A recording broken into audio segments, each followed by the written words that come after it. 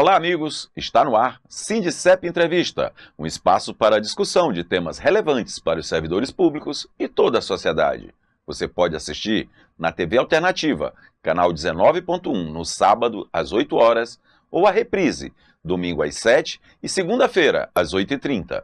Você pode acompanhar também em nosso site e em nossas redes sociais. No programa de hoje, vamos receber o presidente do Sindicep Maranhão, João Carlos Lima Martins. Na pauta, aplicação do RSC, reconhecimento de saberes e competências, ações do Sindicep em defesa dos servidores públicos. Presidente, seja bem-vindo ao nosso programa.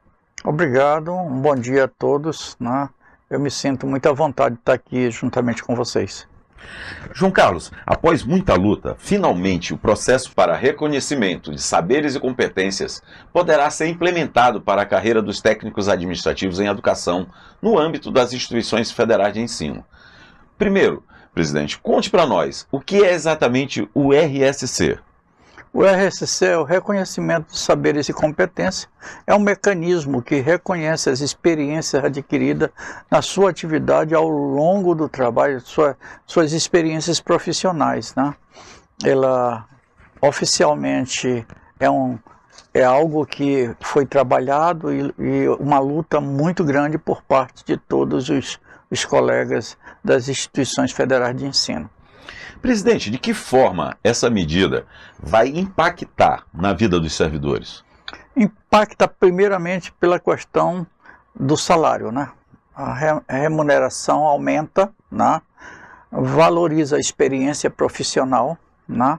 Ela incentiva o ensino, pesquisa, extensão e inovação tecnológica, né?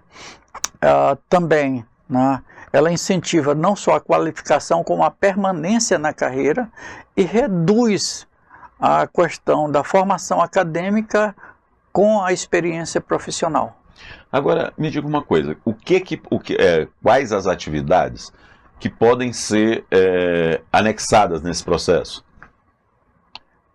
As atividades que podem ser anexadas nesse processo, que você fala é do reconhecimento, né? Isso. É pela instituição. Primeiro, né, se partiu de um decreto, né, que foi assinado pelo presidente da República no dia 3 de julho de 2026. O decreto é 13.048. Esse decreto regulamenta, né, o reconhecimento de saberes e competência para a carreira dos técnicos em assuntos educacionais das instituições federais do ensino.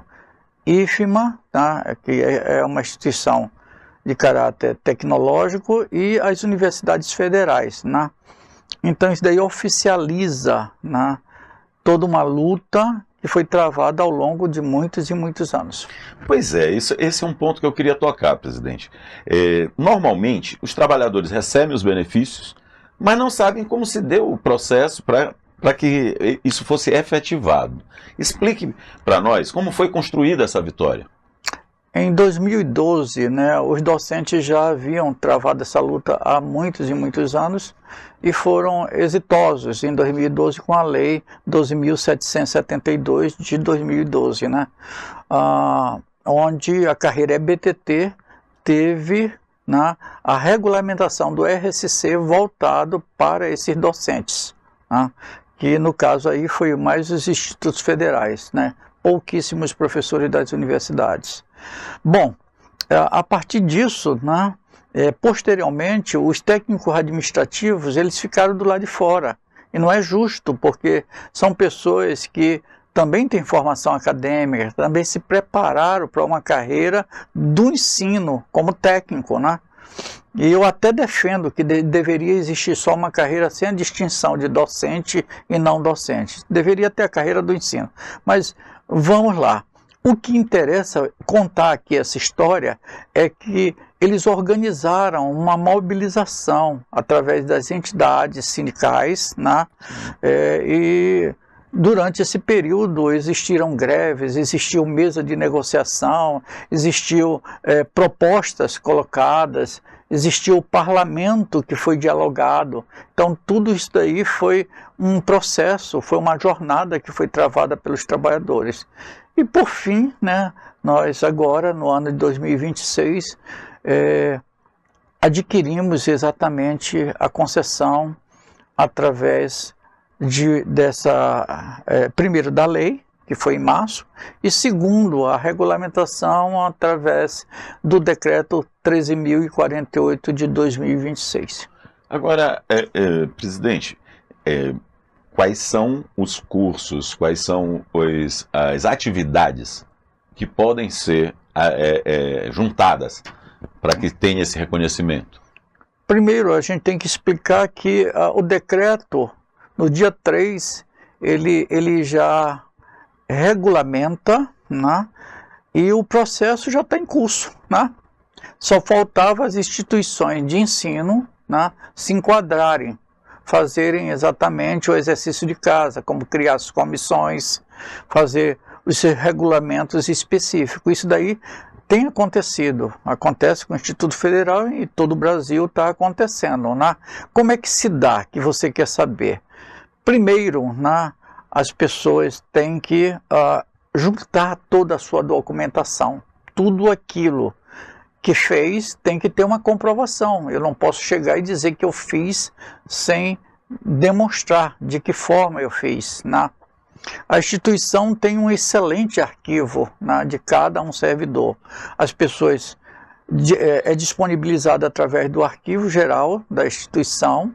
As pessoas reúnem os documentos necessários, né? Nem todos os documentos vão servir, mas é muito interessante dizer que toda a sua trajetória, toda a sua sequência dentro da instituição, ela é vista exatamente dentro de um percurso que você caminhou e que tem que ser aproveitado, né? Esse daí é o grande lance, né, do RSC. E nesse aspecto aí você junta a sua documentação, depois de juntar a documentação você protocola, né? Depois de protocolado vai ser analisado por uma comissão, e caso você faça jus àquilo que você solicitou, você é aprovado pela comissão, e a comissão vai lhe atribuir os pontos que você acha que deve ter, e a partir disso se transforma em remuneração. Nós vamos fazer um pequeno intervalo e já voltamos.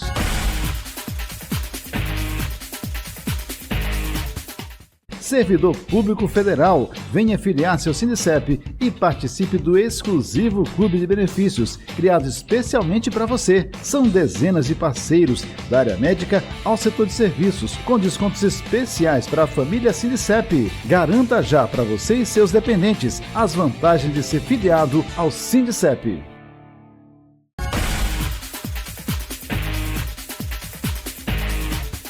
Estamos de volta com o presidente do Sindicep Maranhão, João Carlos Lima Martins.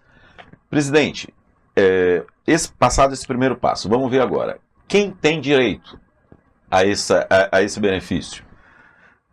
Nós estamos falando agora dos técnicos administrativos, educacionais, né?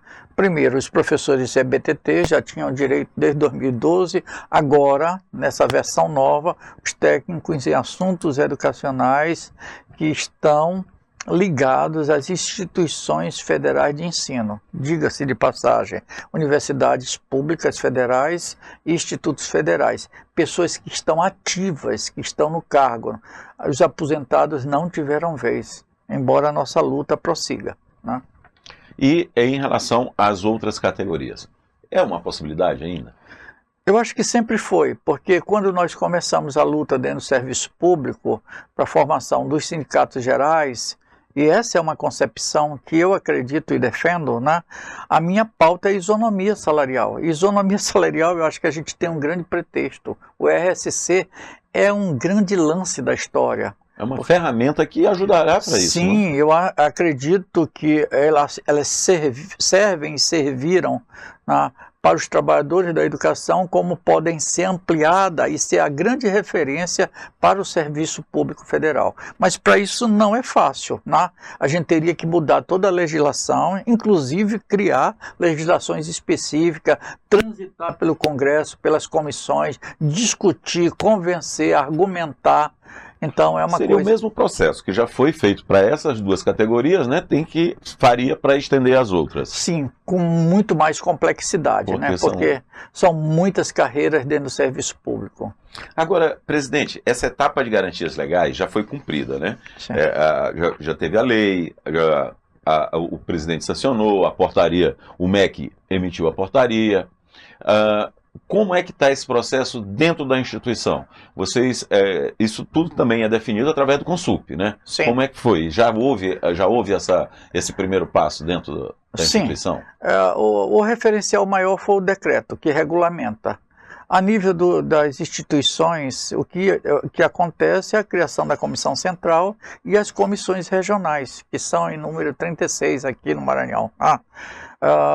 Para isso, as portarias, elas são assinadas pelo chefe maior da instituição, os reitores, né? Sim. Só que nós já tivemos, em menos de 2 dias, né, nós tivemos 26 portarias assinadas e mais de 150 pedidos, né? O restritivo em relação à situação é a questão orçamentária, que é somente 75% do orçamento para cobrir todas essas despesas com o RSC, que vai ser aplicado nessas instituições. Agora, presidente, o senhor falou em comissões regionais. Cada instituição, né, cada campus vai ter a sua própria comissão, é isso?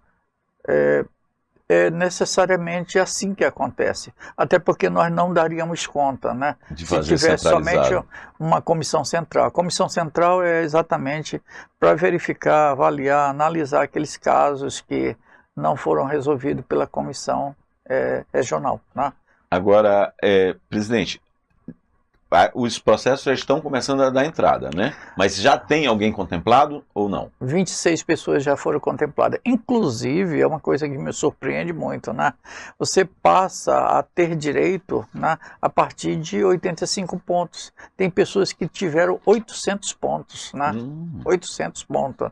Então, você vai ver o acúmulo dentro da sua atividade profissional, laboral, é muito grande e você não percebe. Eu fui listar a minha documentação e fiquei impressionado de quantas comissões eu já participei, quantos conselhos eu já... Só dentro do IFMA eu tenho 14 anos de conselho, né? Tanto conselho superior, né, que decide as situações macros, como conselhos de campos, né? Como é o caso de Caxias, o caso de Barreirinha, de Monte Castelo, que eu já participei, fora outras atividades que eu participei. Agora, presidente, por exemplo, as atividades em que os servidores participaram no sindicato, por exemplo, os cursos de formação, os congressos, isso também pode entrar nesse cálculo? Por incrível que pareça, tudo pontua, e são pontuações muito boas, né? Eu, para cada exercício que eu tive desde 1990 até agora, eu tenho uma pontuação boa, relativo a meu exercício na função da gestão sindical. É bem interessante. Então, agora eles precisam vir buscar... no caso, as pessoas que são ligadas ao sindicato, eles precisam vir aqui buscar essas declarações, não é isso? Eles precisam comprovar. Tudo que a gente fez precisa ser comprovado, né? E é comprovado através do encaminhamento do processo, né? E é protocolado, como eu já afirmei aqui, mas é analisado por uma comissão local e central. Aí pronto, depois disso encaminha para o reitor assinar a portaria. Agora, presidente, quais são os gargalos que ainda tem para esse processo, para que ele seja mais célere? Primeiro, que é uma coisa nova, né? Então tudo que é novo é inusitado, é alguma coisa que tem que ser aprendido e leva um determinado tempo. Assim aconteceu com a carreira dos docentes, né? Foi aquela chuva de pessoas logo no início, né? Até porque quem chega primeiro pega o orçamento, quem chega por último fica aguardando. Exatamente, é um processo que é rotativo, mas não se sabe o momento que vai ter o recurso, né, para isso. Isso é outro ponto. Como vai se dar esse pagamento? É através do quê? Entra na folha direto, ou é precatório? Olha, ou como é que se dará o pagamento? ele é um pagamento que é reconhecido através da portaria. O referencial dele é dia 5 de agosto, né? Mesmo que as pessoas entrem depois, né, de agosto, setembro, mas elas têm direito ao retroativo, né? E isso será integralizado aos vencimentos, é isso? Sim, sim, sim. Agora, o que for retroativo também entra direto na folha ou Sim. Tudo é na folha? Tudo é na folha, não precisa de esperar exercícios anteriores, não. Você se dá conta do processo, encaminha, faz. É um processo bem célere. A gestão de pessoas, já tem pessoas tarimbadas. É um trabalho voluntário gigantesco que está acontecendo na instituição e todos estão empenhados, até porque todos esperavam com muita ansiedade. Isso melhora muito, né, o salário das pessoas. Tem pessoas que duplicam o salário, tem pessoas até que vão triplicar seu salário, né? Que coisa boa, coisa, né? Maravilhosa. Por isso que eu acho que quando você vê isonomia dentro do serviço público, esta é uma grande referência. E João, isso aí, mais uma vez, é um trabalho árduo, né, da representação sindical, né? Sim, sim. Sem a representação sindical, sem a mobilização, sem a organização dos trabalhadores, sem o debate, sem a apropriação das ideias, sem a formulação de proposta, sem a articulação necessária a nível dos ambientes que propuseram o crescimento, né, desse projeto, não seria possível. Sem a luta dos trabalhadores, nada disso seria possível. Nós vamos fazer mais um pequeno intervalo e já voltamos.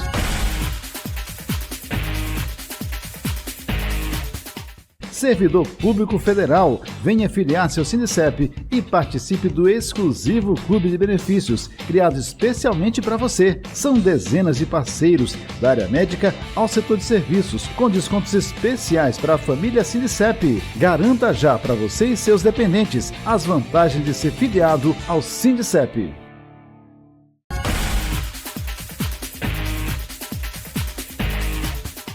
Estamos de volta com o presidente do Sindicep Maranhão, João Carlos Lima Martins. Presidente, estamos no período de defeso eleitoral. Então, praticamente todas as negociações com o governo federal estão paralisadas. Mas os servidores ainda têm uma pauta importante que trata das negociações coletivas do setor público. Como estão as expectativas para isso? A expectativa é algo que nos move, né? Porque sem ela, nós não conseguimos dignificar a nossa luta, né? Então, nesse aspecto aí, nada está parado. Embora a gente pense que o Congresso, por conta do defesa eleitoral, os parlamentares estão fazendo as suas revoadas aos seus territórios de voto, porém, o nosso trabalho continua, né? O nosso trabalho aqui, há 2 semanas atrás, encaminhamos correspondência a todos os parlamentares da nossa bancada aqui, federal no Maranhão, exatamente fazendo as reivindicações necessárias do que transita ainda na Câmara Federal e no Senado. E nesse aspecto, tem 2 coisas que nos incomodam muito e que são motivo de luta constante. Primeiro, não parar negociações a nível do próprio MGI, né? Então, com isso, as pautas estão mantidas, né? E nesse aspecto também estamos tendo constantemente as próprias plenárias online com a própria confederação para atualizar essas pautas e promover o debate. E isso daí tem sido fortalecedor para todos nós. Ontem mesmo aconteceu, né? Bom, isso daí para a gente é uma prova que o movimento não para. O defesa eleitoral é algo que faz parte do processo e que nós estamos inseridos nele, porque também discutimos a questão das nossas representações. Isso é que eu ia tocar, né? É importante a gente destacar que aquilo que a lei proíbe de negociação, mas ela também nos deixa, nos dá a oportunidade de continuar cobrando dessa base. Sim. Porque é de lá que vêm as decisões que orientam a nossa vida, não é isso? Não é porque acontece um processo eleitoral que a luta dos trabalhadores param. Pelo contrário, ela tem que se inserir dentro desse contexto, porque lá nós iremos escolher nossos representantes. E se for boas escolhas, obviamente nós estaremos em vantagem, né, dentro desse processo. Então a luta se dá exatamente nas propostas que eles oferecem. Alguns vêm até no sindicato discutir conosco as suas propostas de campanha. Nós colocamos exatamente quais são os nossos projetos, né, relativo à nossa vida como trabalhador, e assim a gente vai construindo essa pauta dia a dia, sem esquecer também, né, o nosso exercício junto até ao MGI, o próprio Poder Executivo, porque nada para. Agora, assim, já foi determinado essa necessidade da negociação coletiva do setor público. O próprio governo já sinalizou que é a favor, mas a gente sabe que é uma disputa. E nesse sentido, a direita, principalmente, sempre tentou enfraquecer os sindicatos, a luta sindical. E, nesse campo, tentou colocar associações para exercer esse papel. Isso enfraquece, né, a luta e a categoria não aceita, não é isso? Os trabalhadores não aceitam esse tipo de postura. Sim, os ditos representantes que não nos representam, mas representam outros setores da sociedade, claro que eles criam estratégias para nos enfraquecer. E nós sabemos, essa questão das associações foi exatamente uma isca que colocaram para a gente. Mas como contraponto, a nossa luta, né, se dá no momento em que a gente tensiona essas coisas dentro do Congresso. E nós tensionamos e estamos sendo vitoriosos porque não será aceita essa questão das associações. Elas tendem nesse momento a ser uma estratégia de enfraquecimento. Nada contra os trabalhadores que estão nas associações, não é isso, presidente? A questão é, cada um tem definido o seu campo de ação? Sim, porque as associações elas tiveram exatamente um papel dentro da história dos trabalhadores no Brasil, né? Porém, esse papel é um papel que foi um papel meritório dentro de uma determinada época, dentro de um determinado período, né?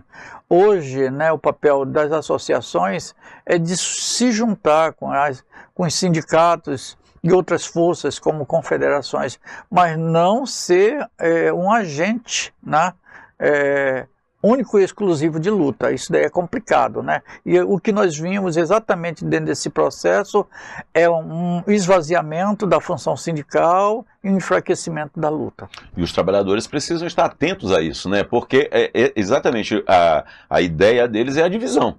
E nós não podemos cair nessa esparrela. Quanto mais dividir, melhor, né? Porque enfraquece a luta.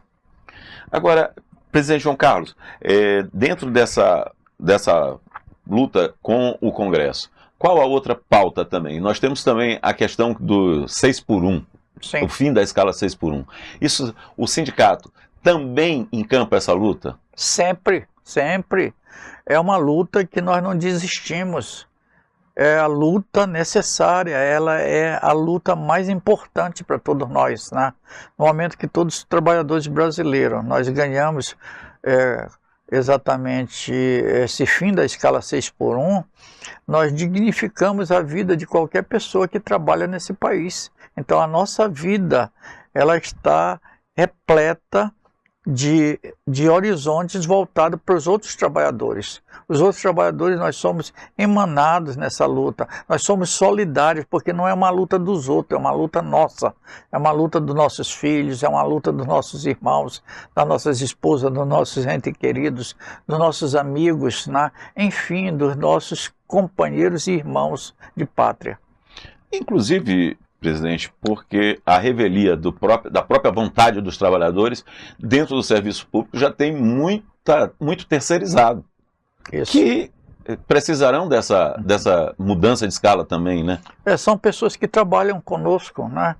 E é incrível a gente ver a injustiça que é cometida. Nós trabalhamos na escala 5x2 e os companheiros trabalham de maneira assim, injusta, como um burro de carga. É uma coisa extremamente aterrorizante para a gente, é tirânico a gente olhar o quanto o trabalhador é suprimido do direito de ter uma folga para poder dar o atendimento necessário e a atenção necessária a seus filhos, seus familiares, e fazer aquilo que todo ser humano deveria fazer, ter lazer, ter um momento para assistir um bom filme, ler um bom livro, né? Poder brincar com seu filho. São atividades humanas que trazem saúde, não só mental, psicológica, prepara a gente para um dia melhor de trabalho.